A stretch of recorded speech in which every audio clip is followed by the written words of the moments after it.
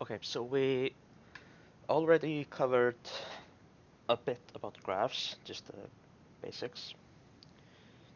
And now we're gonna go into more detail about specific graph algorithms.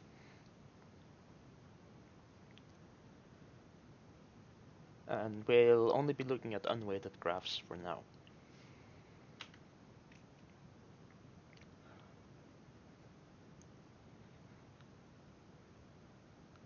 We're gonna look at the depth first search and the breadth first search algorithms, and we're gonna be applying those to solve some problems.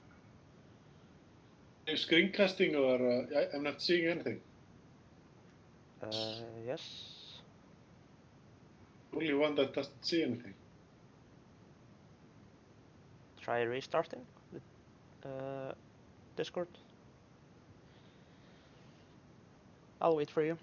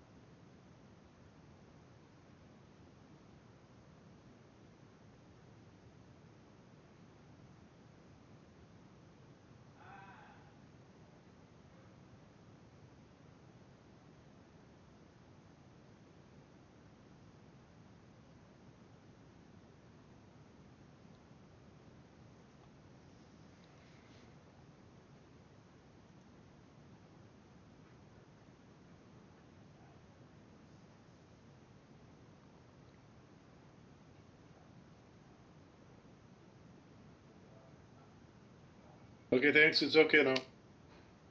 Okay, great. So, some recap. What is a graph? We have vertices, which can be used to represent road intersections, computers, floors in the house, or just any objects, really. And then we have edges between the vertices. So there's an edge between a pair of vertices, and these can represent, uh, respectively in the cases above here, roads, Ethernet cables, we could have stairs or elevators, or if we just have some objects, this just could just be some relation between the objects.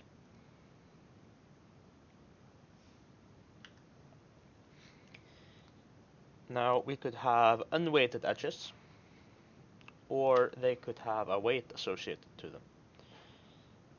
And these weights can be positive, it can be 0, negative, they don't have to be integers, all different kinds. The edges can be undirected, so there's no direction on this edge here, it just goes from 0 to 1 and 1 to 0. Or we could have a directed edge. So here there's an edge between 2 to 0, but there's no edge between 0 to 2. And in the case where you have an edge which goes in both directions, it's often represented by two edges. So one for one way and another for the other way.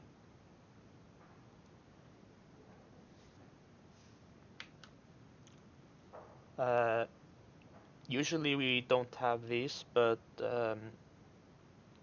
there are things called multigraphs where you can have multiple edges between the same pair. And you can also have self loops. So an edge going from the same vertex as it ends up. So here we go from 3 to 3.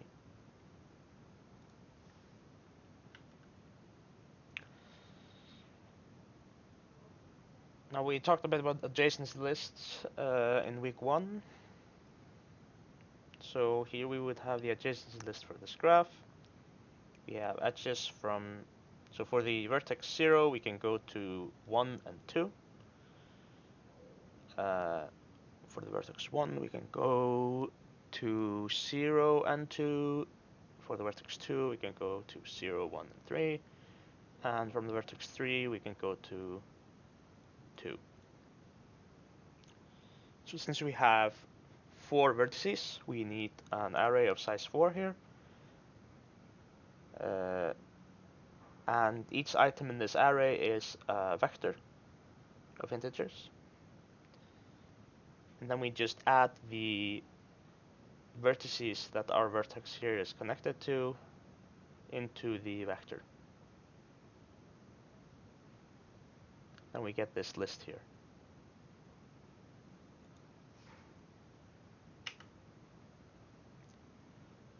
Now the directed case is the same. You just don't add. So if you add an edge to A to B, you no longer add an edge from B to A as well.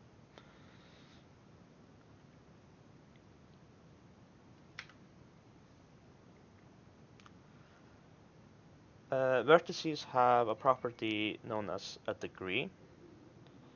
It is the number of adjacent edges or the number of adjacent vertices.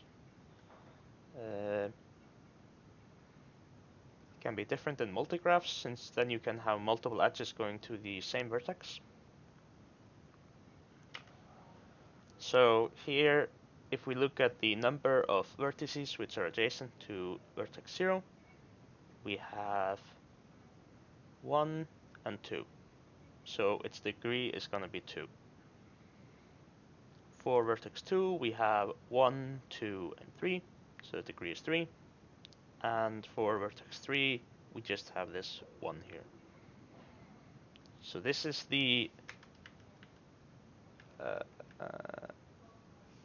size of this list here.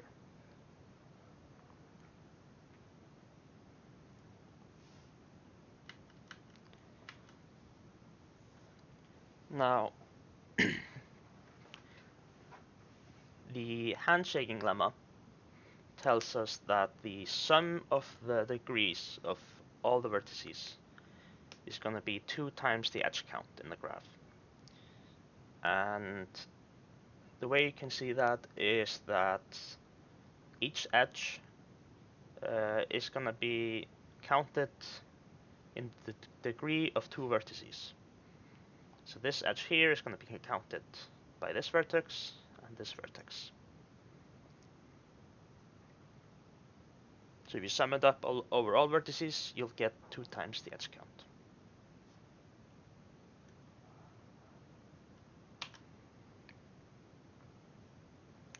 So here we can sum up 2 plus 2 plus 3 plus 1. We have 4 edges in total, and if we multiply that by 2, we get an equal number to the sum of the degrees.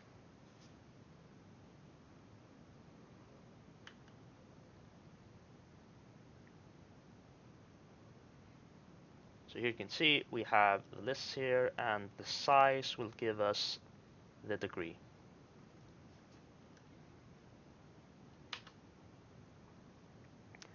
Directed graphs are a bit different. We have an out degree, which is our degree for outgoing edges. And for example, here we have 2 edges connected to the 0, but just one of them is outgoing. So our out degree is just 1 here.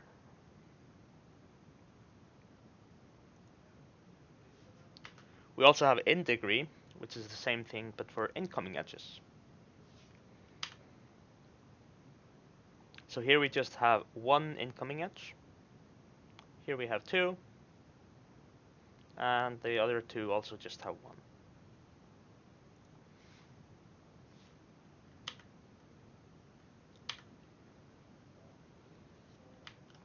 So if we look at the out degree, it again represents it's represented by the size of the lists.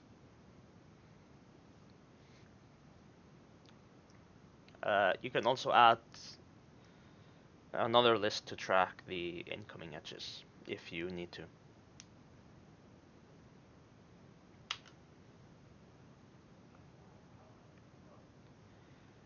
A path, a walk, or a trail is a sequence of edges, and the edges are ordered, or the sequence has to be ordered so that well, let's see an example. So here we take edge 1. It has to be connected to the same vertex as edge 2. So we're walking from here, over here, here, and then here.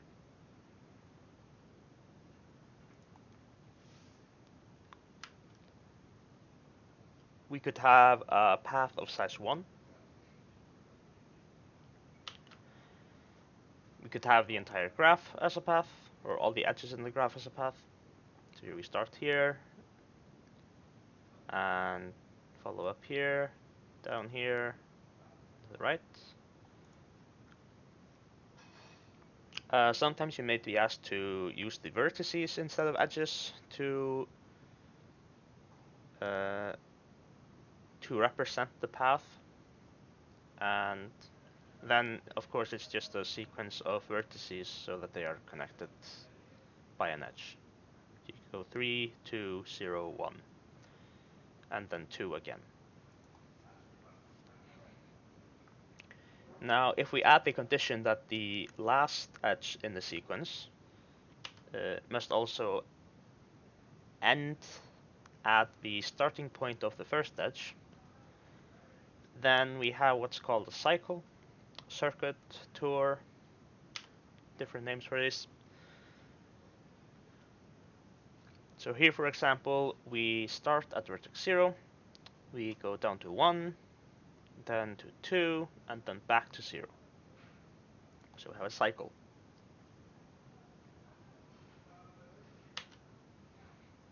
Another cycle. It's essentially the same cycle, we just changed the starting point. So here we start at 2, 0, 1, and 2.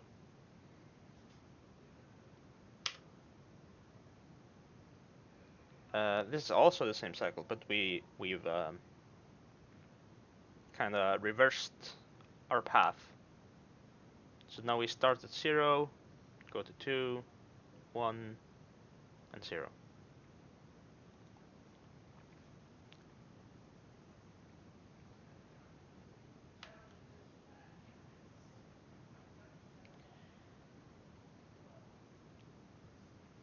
So if we're given a graph, it can be directed or undirected.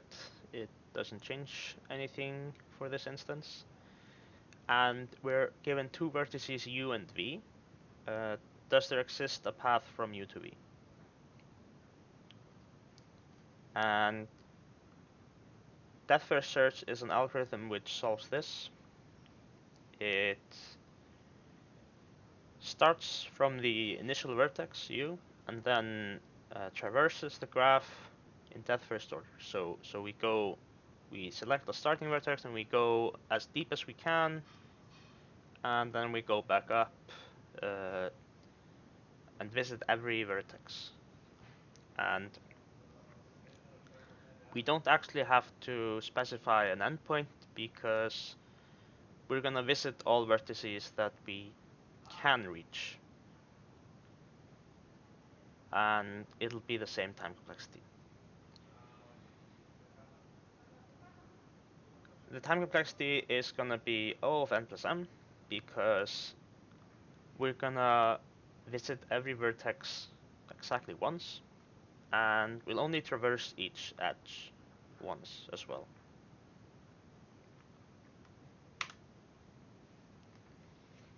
So suppose we start at vertex 0 here. We add that to a stack.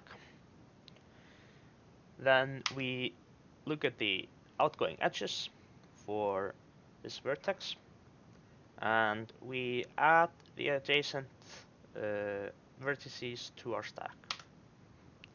So first we add 1, then we add 2, and then 2 is at the top of our stack. Okay, so we move on to the next item. Again, we look at the adjacent vertices, which is 3, and we add that to the top of our stack. Then we move on to the next item. And note that each time we process a node, we mark it as visited.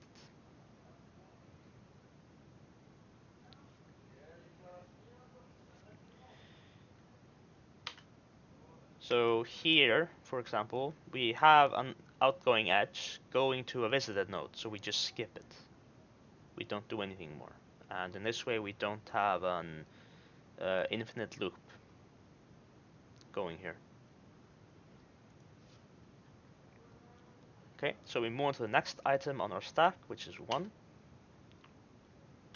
Look at the outgoing edges, add 4 to our stack, move on to the next item. Look at the outgoing edges, add 5 to our stack, move on to the next item. Look at the outgoing edges, add 7, 6, and then 8 to the stack. So we move on to the next item, which is 8. Look at the outgoing edges, add 9. Then we move on to the 6. There's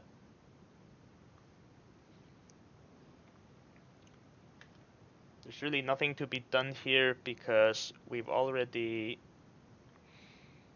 added the 7 to our stack.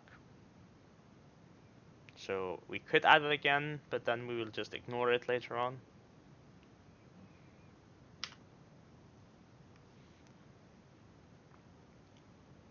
Seven, and then 10. And then we have visit everything. So in this graph, we can see that every single vertex is reachable from vertex 0.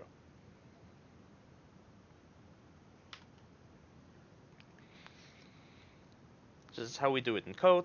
We have an adjacency list here. We have our visited array of booleans, which tells us if we have visited the vertex. We have a function which takes in a single parameter the node that we're at, or the vertex that we're at. And if we have already visited this vertex before, we just return. We don't do anything.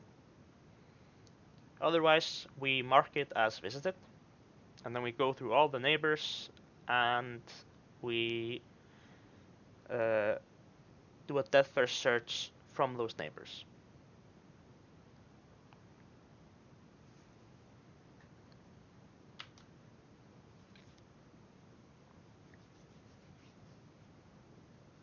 Now, we also talked a bit about this, connected components. If you have an undirected graph, you can partition it into connected components. And a connected component is simply a maximal subset of vertices such that each pair of vertices is reachable from each other. So we did this with union find, where we used union to connect the vertices and then check if they are reachable by checking if they're in the same union find group.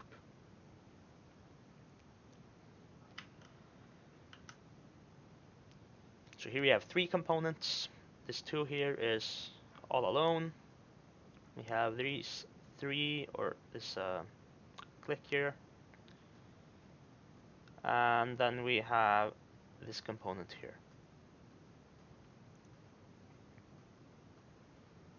They are separated because there is no way to get from any node here to any node here.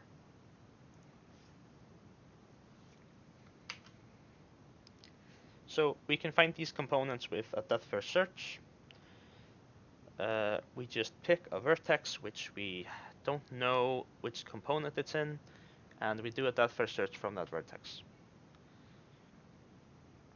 And so any vertex we reach from that vertex is gonna be part of its component. And we just repeat this until we have all the components. So after you do a depth first search from the first vertex, you mark all that's reachable in the first component, and then you increase the number for the next component. So here, for example, we have this components number, and we go through all the vertices and we check have we assigned it a component. If we haven't, then we do a depth first search using this find component function. We give the number of the component we're going to use and then the starting vertex.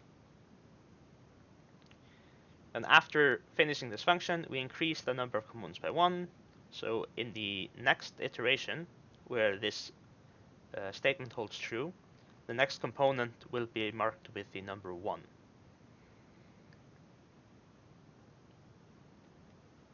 Otherwise, the depth first search function here is essentially the same. We just use this component array instead of a Boolean array. We have an integer, and we say that if the value is -1, then it is unvisited. Otherwise, it is assigned some number 0 or higher, which marks the number of the component it is in.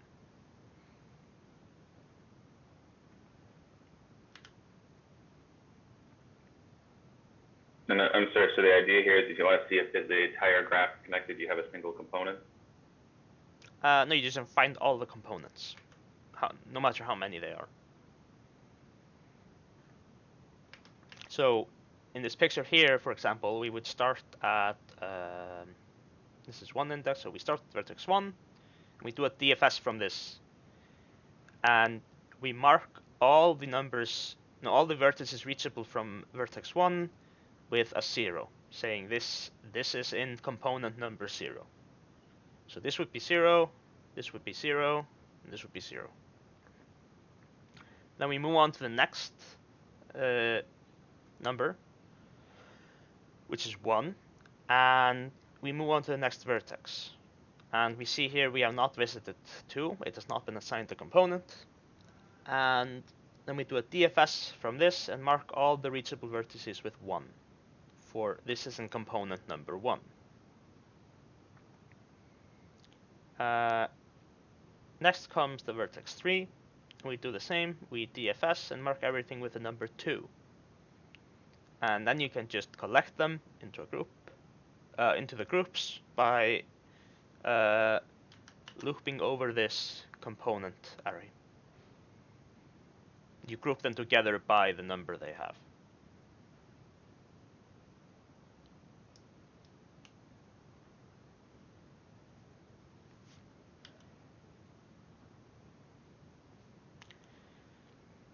Okay, another thing we can do is build something called a depth first search tree. So when we do a depth first search from a certain vertex, the edges that we go over or that we traverse will form a tree. And when we go from a vertex from some vertex to a vertex which you haven't visited, then the edge is going to be a forward edge. Now when we go to a vertex which we have visited, or when we find an edge going to a vertex which we have visited, we'll call that a backward edge. And these forward edges will form a tree. So let's do an example of this. So here I have a graph. And let's just, for simplicity, say we start at vertex 1. So we start at vertex 1. And I'll just do this in order. I'll just assume the adjacency lists are ordered. So 2 would be the first neighbor for 1. So we go to 2. And we have an edge going down there.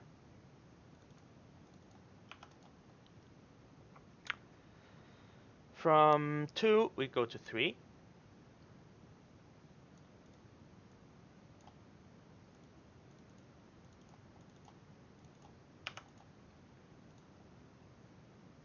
And then there's no more, so back to 2, go to 5.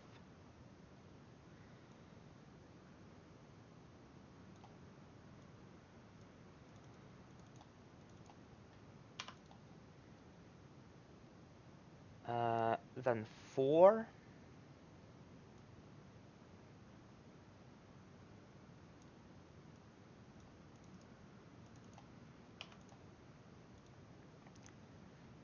And then we have our first back edge. So here we have already visited 1. And we can go from 4 to 1. So we'll do an edge which goes up.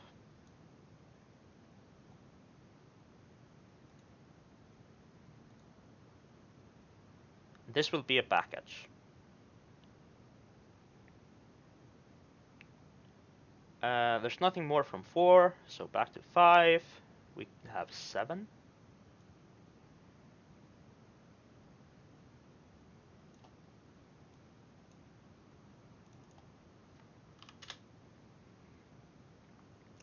And then from 7, we have 6.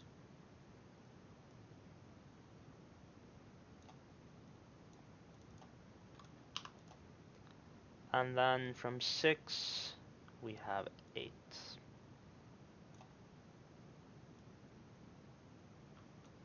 Oopsie. Like so. Okay. We're also going to have a back edge from 8 going to 7. So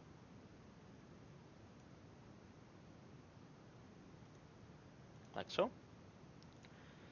So if you ignore these two back edges, then this forms a tree.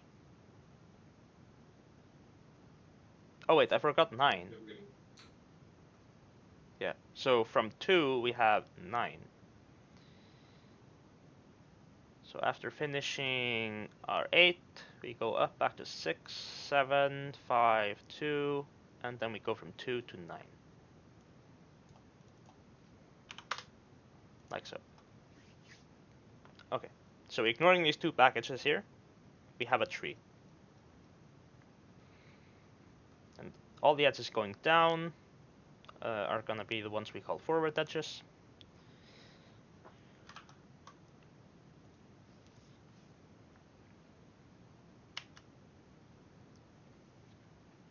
Now, this tree of forward edges, and also we can also use the backward edges. We can analyze these to get a lot of information about the graph. For example, cycle detection. So if we have a back edge, then we have a cycle.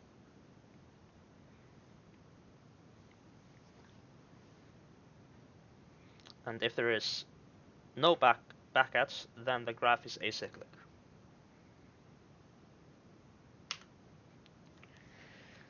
Now, let's do some more with this. So let's number each of the vertices in the order that we visit them.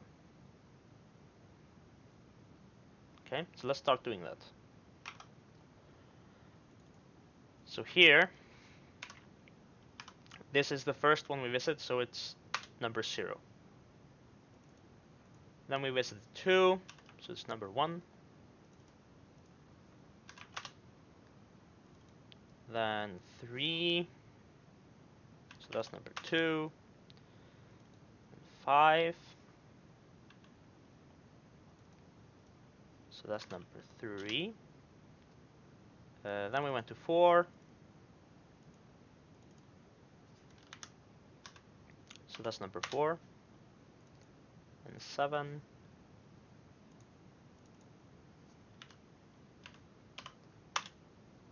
So it's number 5. This one's number 6. And number 7. And then we had to go up. And number 9. No, sorry, it's number 8. The vertex is number 9.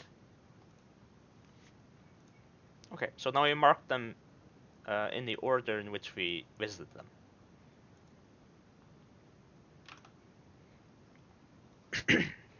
Okay, and now for each vertex, we want to know the smallest number of a vertex that we reached when exploring the subtree rooted at the current vertex. Okay, so what's the smallest reachable vertex visited order? So let's go down.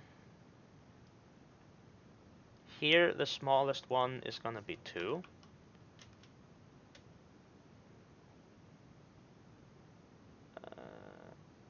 Go down, down. Here, the smallest one, since we have a back edge, is going to go up here to 0. So this is going to be 0.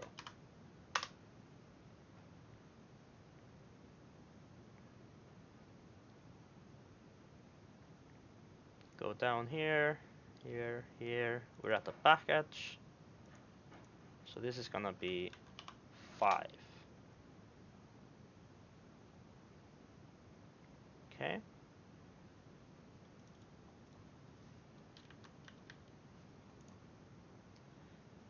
Then here we have a 5 at the vertex reachable from here. So this is going to be the minimum for 6 and 5, which is 5. And then here as well, minimum of 5 and 5, which is going to be 5. Here we're going to have the minimum of 0, 5, and 3. That's 0.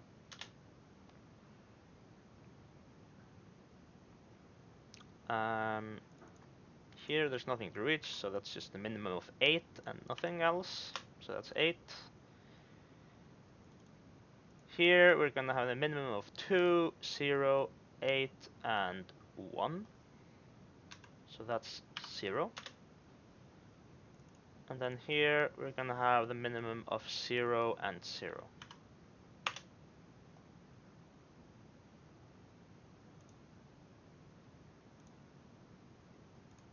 Okay, so now we have marked them with the minimum or the smallest number of a vertex that we can reach exploring the subtree. Okay, so why do we do this? We'll go over that really soon. First, let's look at the code. So this is our analyze function. What we do here is we make arrays for these two values. So the middle one here and the right one. Num is the middle one, which represents the order in which we visited the vertices. And low is the lowest value we can find in the subtree. Okay, so as before, we go through the edges and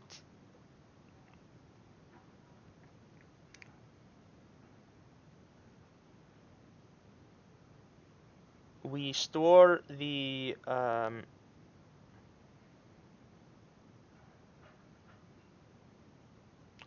parent here as well. And if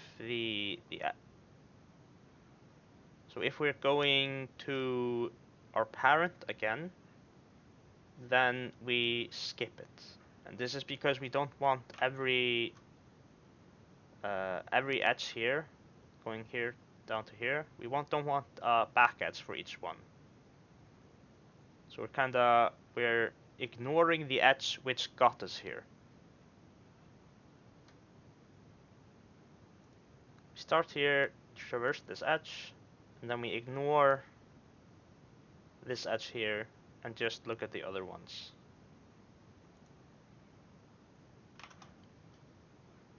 Now, num of v is going to be -1 if we haven't visited, so we do a DFS from there. And then we recalculate the minimum value we found in the subtree. Otherwise, if we have already visited it and it's back edge, we still have to recalculate the minimum value. So we still do that here. But we use the number of what we have. So let's see, for example here. The minimum of our number here in the middle and the number of this here.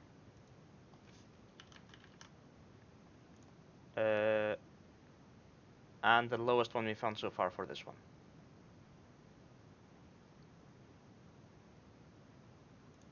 Because the reason we use the number is we haven't calculated the low value for this yet. Because this is a back edge. We're still working our way down. It's not until after we get out of this function here that we calculate the low value.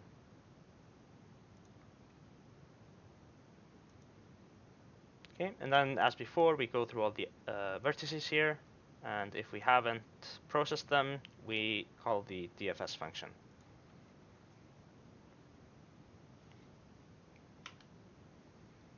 Okay, so this is just yeah. In the last example, you had 9 and 8 together on one node, and I've been staring at it trying to figure that out. 9 and 8 here? Yeah.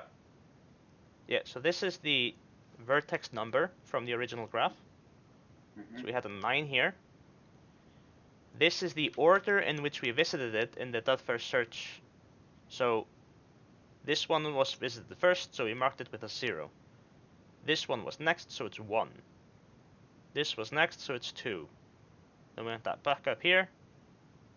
This is number 3, 4, back up, 5, 6, 7, back up, Sure. back Yeah. up, back up, back up, and 8. And the third value is the minimum value of the order of a vertex in this subtree. But you have to consider the back edges as well. So it's actually not really a tree, we still call it a subtree. So for example here, we can reach this node, which has number 5. Our node has number 7. So the minimum of those two is going to be 5. Sure. Here, the minimum number we can reach from here is just from the single edge, which has low number 5. So in the case of a backward edge, we looked at the middle number here. But for a forward edge, we look at the right one. So the minimum of this number here and this number here, 6, that's going to be 5. And again, up here, we do the same thing. We have a forward edge, we look at the right number here, which is 5, and 5.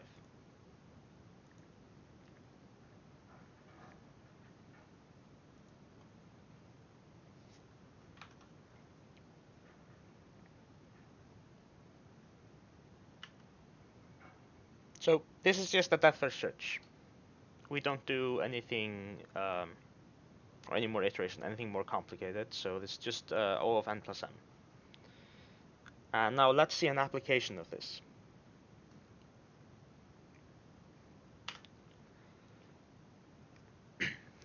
So we have a connected undirected graph, and we want to find an edge, which if we remove, then the graph is no longer connected. So a very simple algorithm to do this is just try removing each edge. So then for each edge, try removing it, and then do a depth first search from any vertex. And if you don't reach all vertices, then this edge fulfills our search criteria. But this is really slow. It's quadratic in number of edges. We have O of m times n plus m. So let's use our DFS tree. And let's look at this for a bit. So when we have a forward edge here,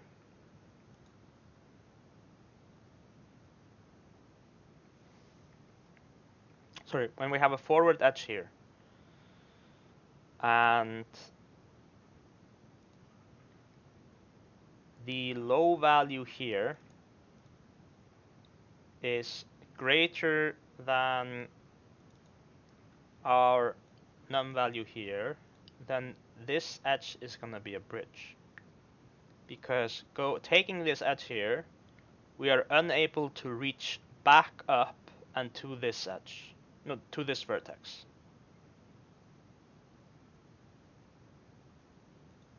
Similarly, here we have another bridge. The low value right here is greater than our order here, 1. So we are unable to take this edge and traverse back up and be able to reach this value here.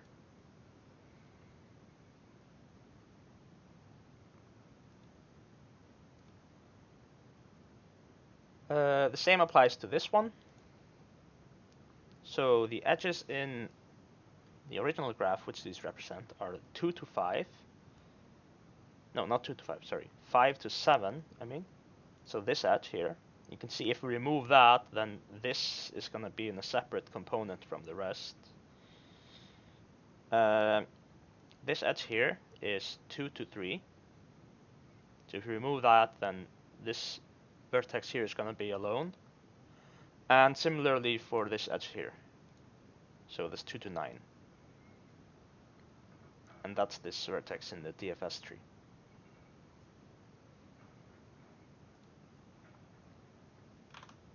Okay. So forward edge uv is a bridge if and only if low of v is greater than num of u. And so it's simple to do, just change our function a bit, and we can return all bridges. And since this is just the DFS, it's just O of n plus m. So here we check if low of v is greater than num of u. So the low number of the vertex we're currently looking at, if that's greater than num of u, then we push back the pair u and v.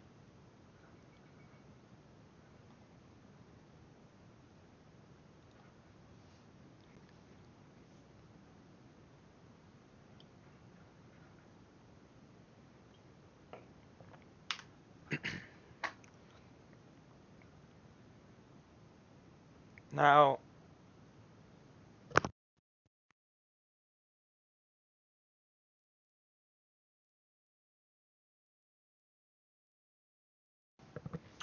we know how to find connected components in undirected graphs. So let's change to directed graphs. And since these are directed, they behave a bit differently. Because a component means that every node can reach every other node in the component.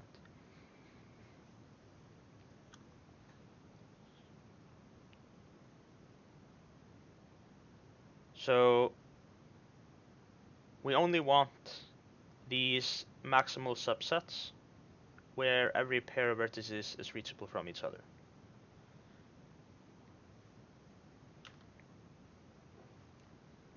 So our connected components algorithm won't really work here, because then we'll get all the nodes reachable from U, but the nodes that U reaches don't necessarily reach U back. So we'll use this depth first search tree to find these components. So let's look back at our picture.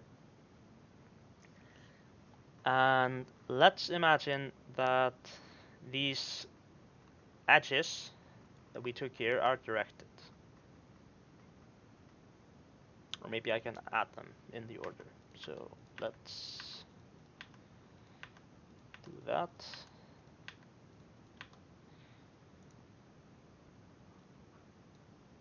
So then we would have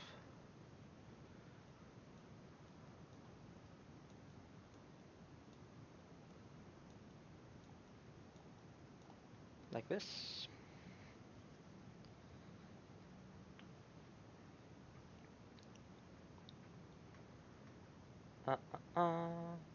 Yeah. Okay, so this would produce the same DFS tree for us. Okay, so note what happens right here.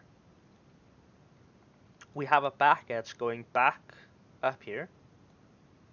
So this is this edge here. Then when we go back in a recursion, when we reach this node here, we can see that the lowest number it has reached is its own value. So everything here is going to be in this strongly connecting component. We essentially have found this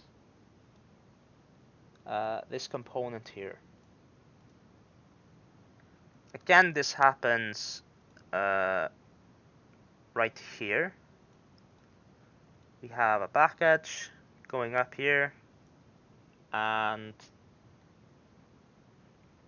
this low number has a 0. And when we see this, we know, okay, we can pop all these values, collect them, and this will be a component, a strongly connected component.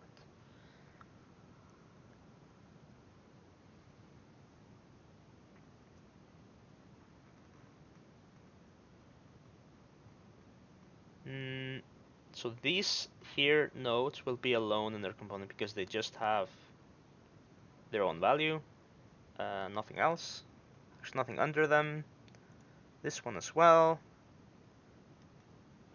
And then we have a total of 4 components. We have these 4 vertices, we have these 3, and then this one and this one. Okay. So again, we have a DFS function which we call. We're going to need this stack here to store the values we have so far for this component. And then at the start, we push that to a component, our component stack here. And if the values of num and low are equal for this node, then we're gonna take all the values of this stack until we reach our current node.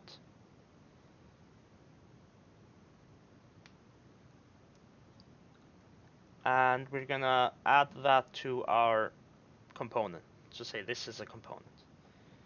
And we can, so if you look at what happens here,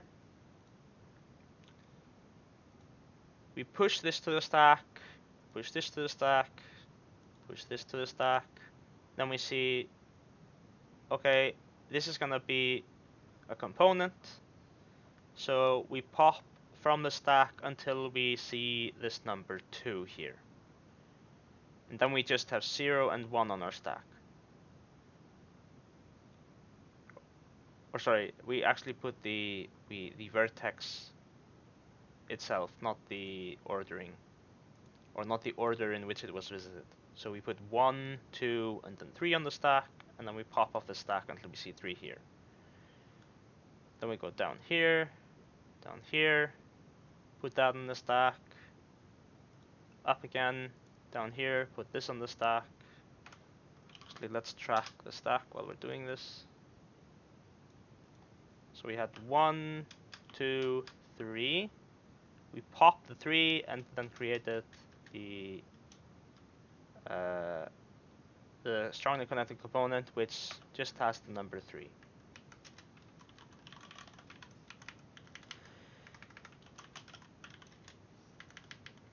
Okay, and then we visited 5. Then we visited 4. Sorry, 4. And then we went back up here, back down. We visited 7. Visit 6. And then 8. Okay, and then we go up from the recursion. We see here that these numbers are equal, 5 and 5. Okay, and we're at node 7, so we pop from the stack until we reach 7. So we take this, and this is our component. We go back up, here. We add 9 to our stack. And there we see, okay, 8 is equal to 8. So that's a component. And then we go up, 0 is equal to 0. So everything up to this node, 1 is going to be a component. And then these are all our components.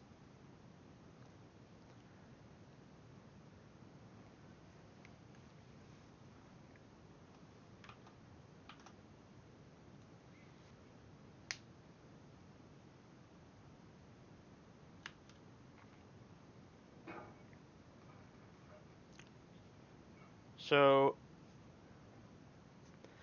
time complexity of this, well, the DFS is going to be again O of n plus m.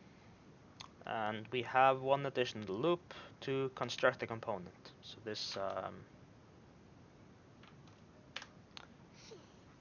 this while loop here, how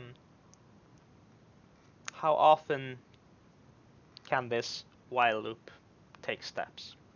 How many iterations will this while loop over all vertices run? Each vertex is only going to be added to one component. So we only add to the stack once and pop off the stack once for each vertex. So the time complexity is still going to be O of n plus m.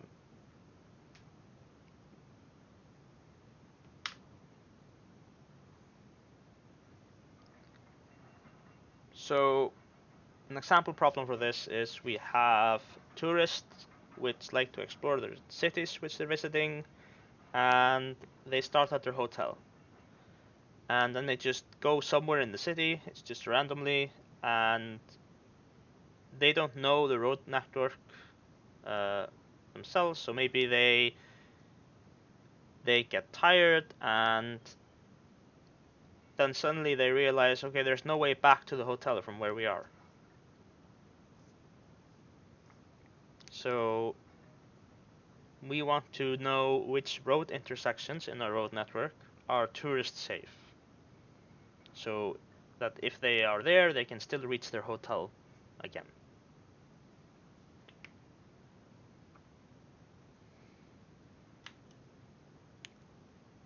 Oh yeah. Yeah, and this is just, an application of this algorithm. Strongly connected components.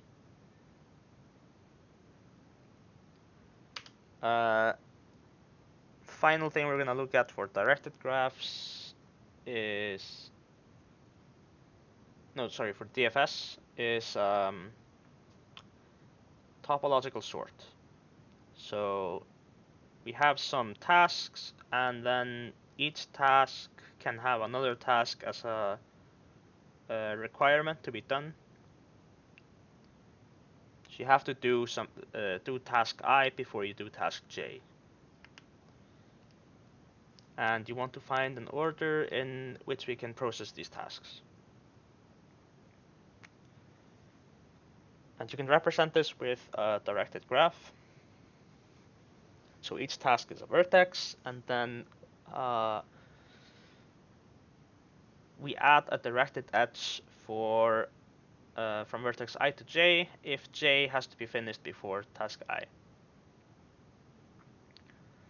And of course, if you have a cycle in this case, if you have 3 tasks, for example, you have to finish A before B, you have to finish B before C, and you have to finish C before A. There's a cycle, you can't do this in any order.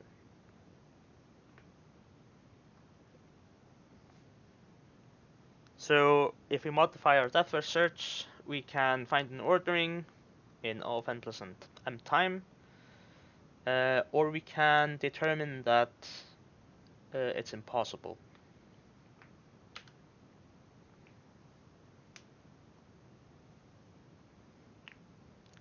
So here we just start at vertex 0, and we do the DFS, and then at the end of our function we push our value back. So this means that everything that we depend on will be processed first before we push this value back to our order array.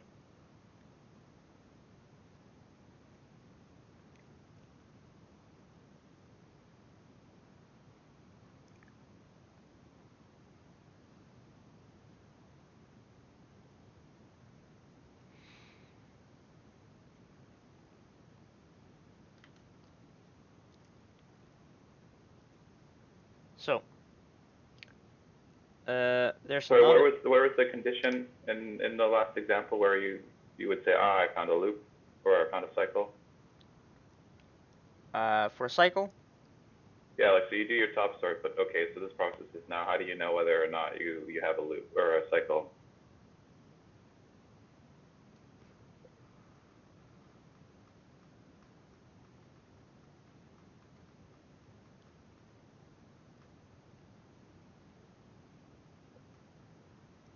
Or is the assumption that like there is no cycle? Yeah, so here the assumption is there is no cycle.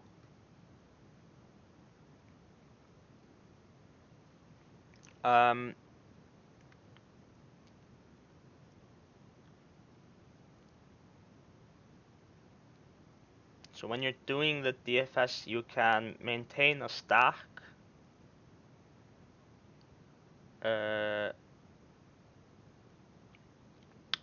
of the values or the vertices you have visited in this DFS call, so from the top here.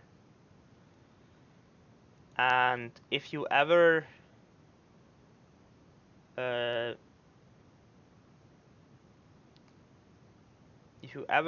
reach an edge where you're going back to something that's in the stack, then that's gonna be a cycle.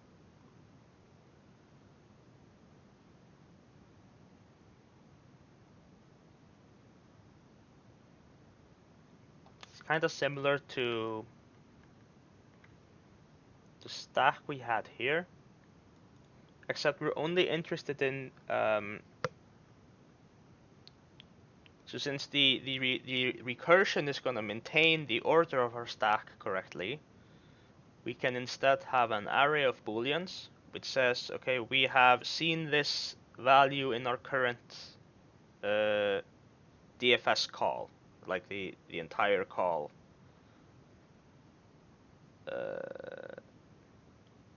Not just the current vertex, but everything, everything from the top here, our initial node. And again, if you see an edge which is going from some vertex back to something you have in your current stack, then that means you have a cycle.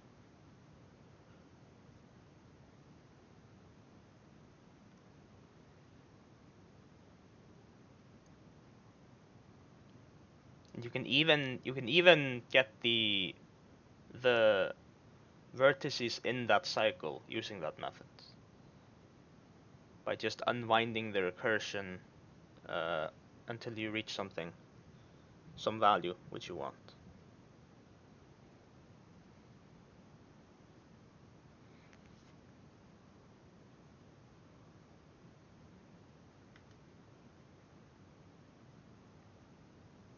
And yeah, there is another method of doing this topological sort, where you slowly you remove vertices from the graph. So that means you reduce the out degree or the in degree of each vertex as you remove vertices, and then depending on how you ordered the edges, when you reach when you have a node which has a 0 as an out degree or in degree, then you're able to process it, so you can add it to the list. And then if you have something remaining in that in this process at the end, once you processed everything that you can, then there must be a cycle. So this is not the only way of solving this.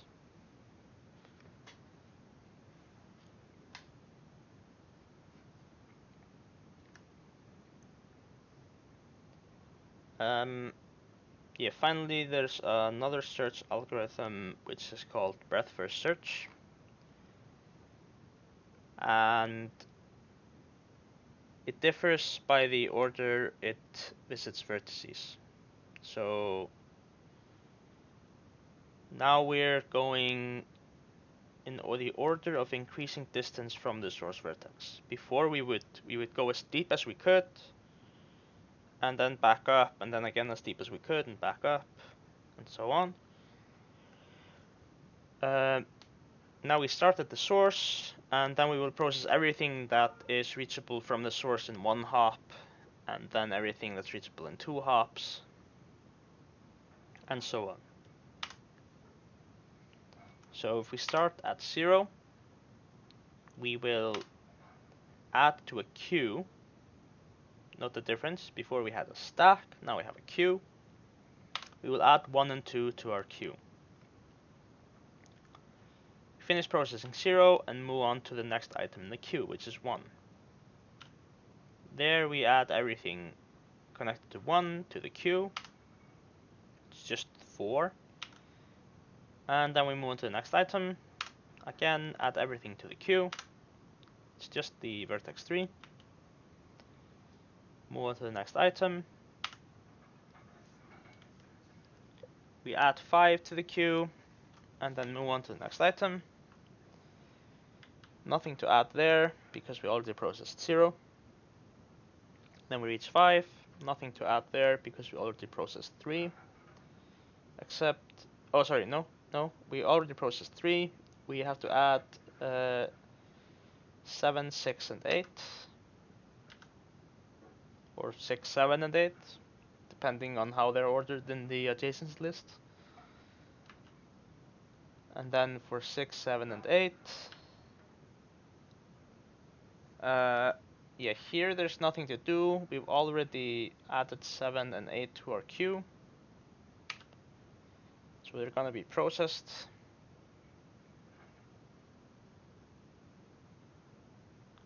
Seven, and that's gonna add 10 here to the queue. Then we move on to 8.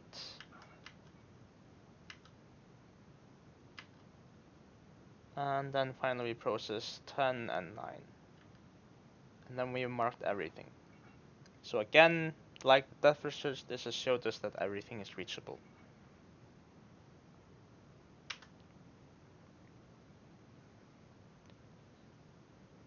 So before we used a recursive function to essentially represent our stack. Here we just have to use a queue data structure.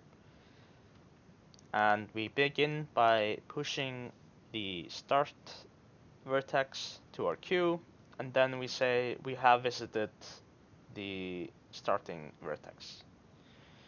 And then we just iterate until our queue is empty. We take the front value of the queue and we pop from the queue. Then we go through all the adjacent vertices. If we haven't marked it as visited, we push it to the queue. And then we mark it as visited. So we mark it as visited if it is in the queue, because then it will be processed later on. And then if we see the same vertex as an adjacent vertex, we will not add it again to the queue. So each item only gets added once to the queue.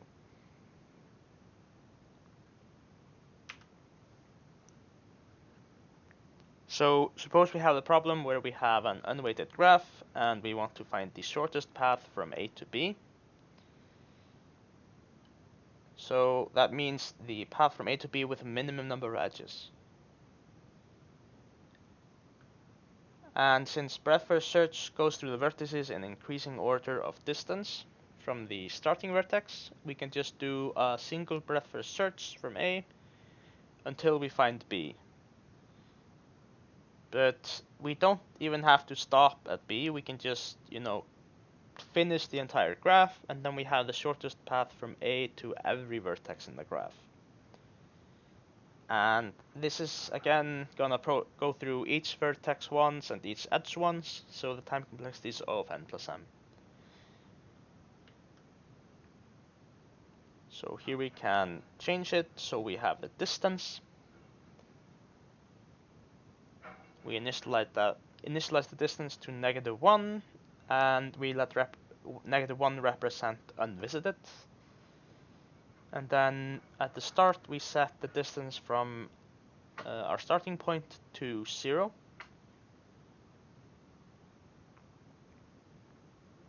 And then at each iteration, if we're adding something to the queue, then that is one further away from the source than our current vertex.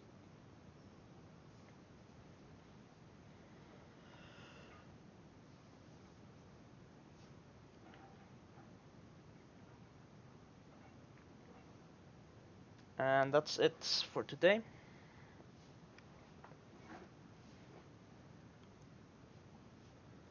So the problem set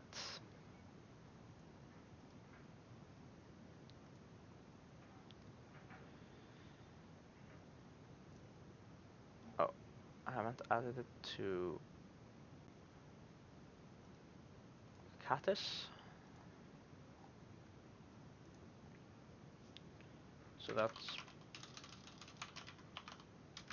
problem set 10 unweighted graphs.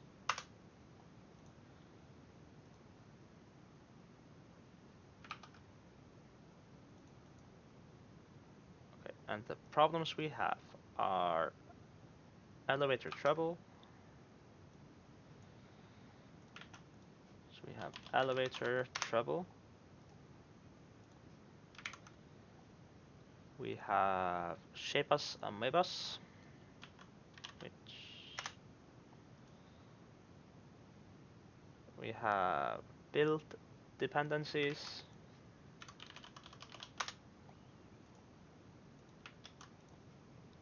We have torn to pieces.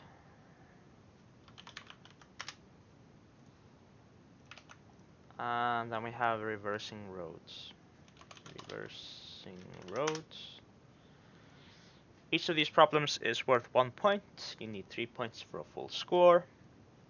And then the bonus problems, there are 3 of them. We have iron and coal. We have equivalences.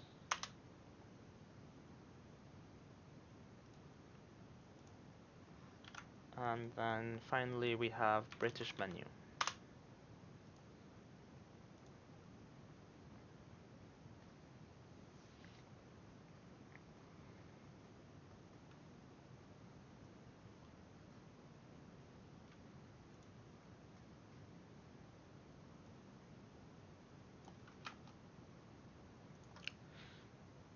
Any questions?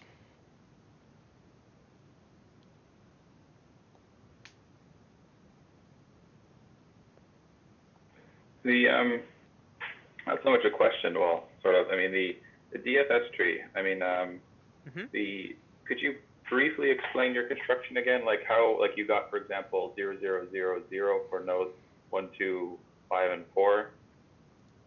Yeah, I can go through it again.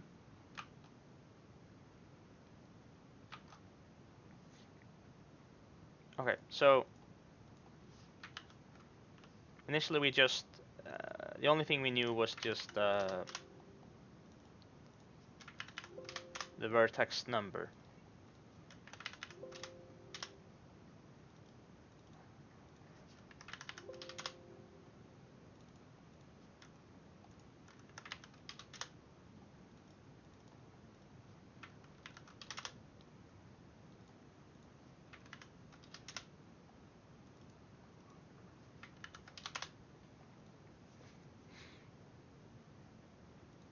Okay.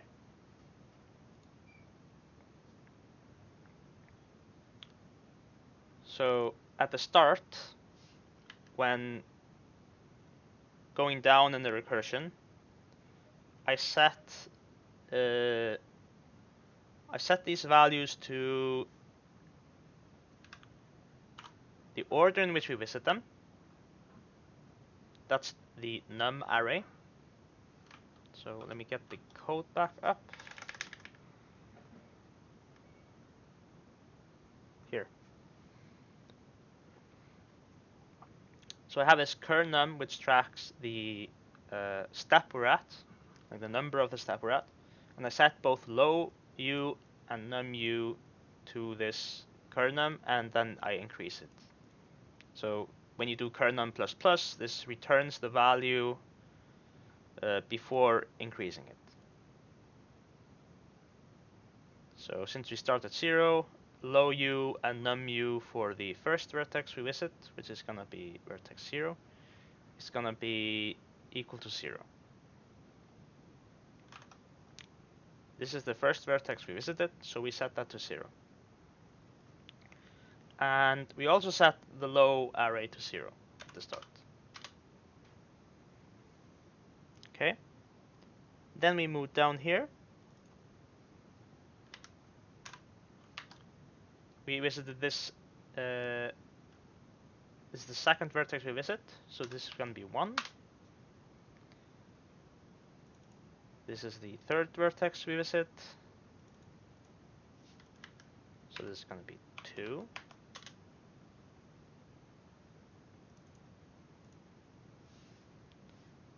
When we're done here, we go back up and then move on to the next one. This is going to be 3.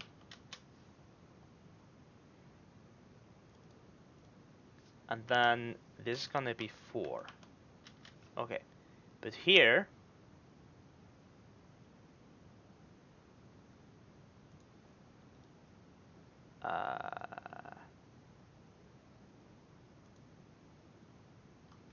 wait, what? Problem set's missing on canvas? Oh, it should be visible now. Forgot to publish.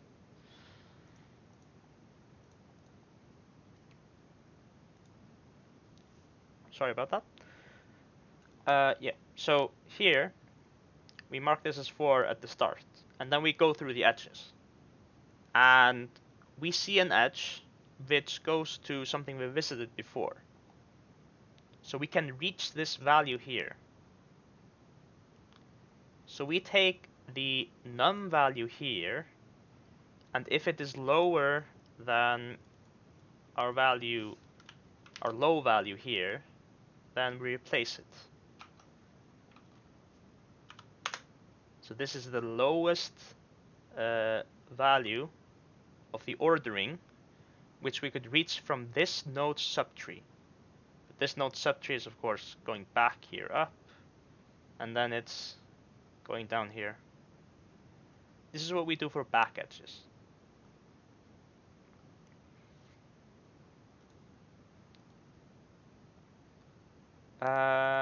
Yeah, then here, this is number 5 in the order. This is number 6 in the order.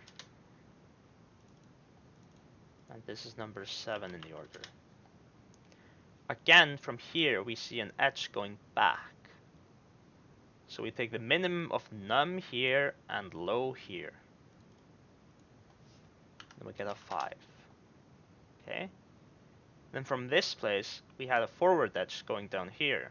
So we take the minimum of low here and low here. Now, the reason we do low here and low, or low and low for forward edges is because we've already calculated the correct low value for this vertex when we're here. However, with a back edge, we still haven't taken the absolute minimum of low here. So we're going up to something that hasn't fully been processed yet. So we have to use the num value.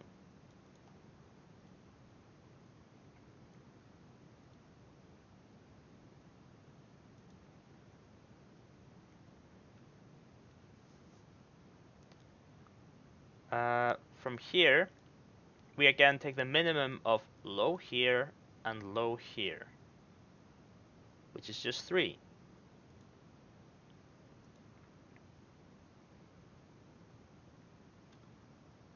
Again, here we take the minimum of 1 and 3.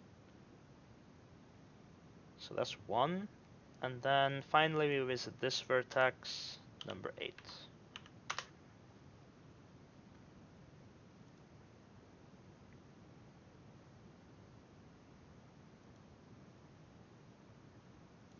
And so here, in the case of a bridge, passing this edge brings us to a node which does not go back up and can reach this node again. And when you had done this the first time, node 2 and 5 had 0 as their num, or as their min. Yeah, sorry, I forgot. Yeah, sorry, I forgot that. I was thinking the same thing. Yeah, here, minimum of 3 and 0 is gonna be 0. Sorry, this should have been done earlier in the process. And so why do you know to just take them in between the 4 node and not the 4 and the 7? Again? So you have a 4 node and a 7 node, which are both children of the 5 node? Yeah. Why do you only take them in of the low, but between 5 and 4? You do it for all the numbers. So after processing this vertex, I should have done it here. I see. So before even reaching these values, I should have taken the minimum of the low here and low here, which would be 0. Then I would have processed this, and then coming back up from that, I would process this edge here and see, okay, the minimum of 0 and 5, which is 0. So it stays the same. I see. Then coming up here, I would process, okay, the minimum of 1 and 0, well, that's 0. And then I would process this node, and then take the minimum of 0 and 8. And then back up here, the minimum of 0 and 0.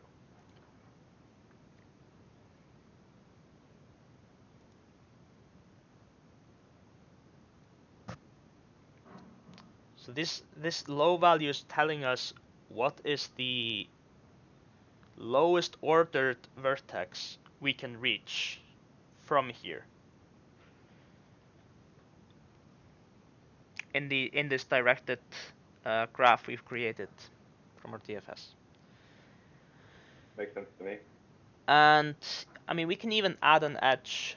Of course, this is we're working with this as if it is an undirected graph here. So if we were to add an edge somewhere like between these two, I guess. So then we'd have an edge which goes. Yeah, well, then this changes the graph a bit. So let's move this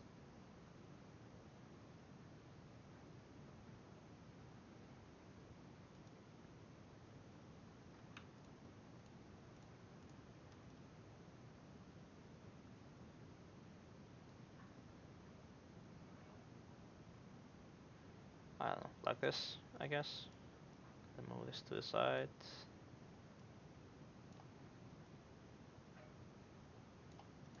Like so.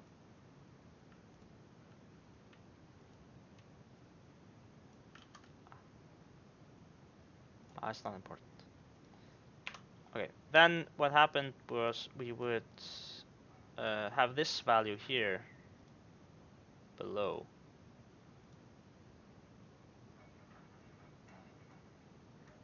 Right. I mean, yeah, I get the idea. I mean, you'd have to change around a lot of numbers maybe, but Yeah, but yeah. What happens is now we would have a back edge going back up to 2.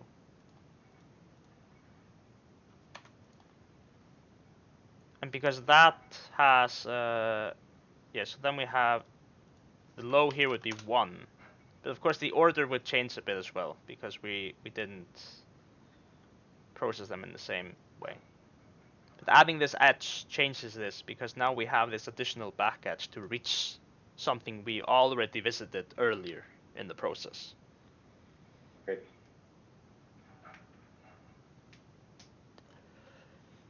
And similarly for the strongly connected components algorithm, now instead of just checking if we reach something earlier in the process, we want to collect all these components, and these are kind of the parents of the components, which the first ordered value they can reach are themselves.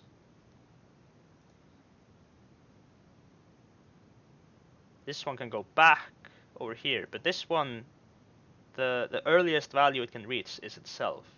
So if you collect the path it took down here, then you get the strongly connected component. And maybe this wasn't a great example, because we could have more values. It's not just necessarily a single cycle. You can have much more.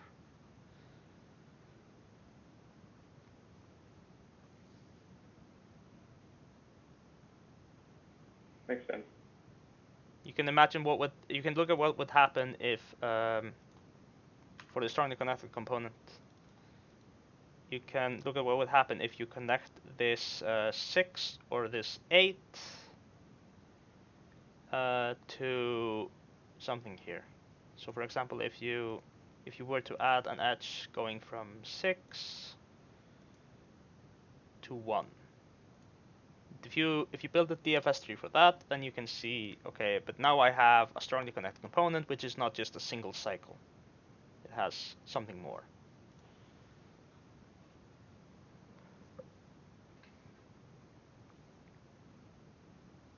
Any other questions?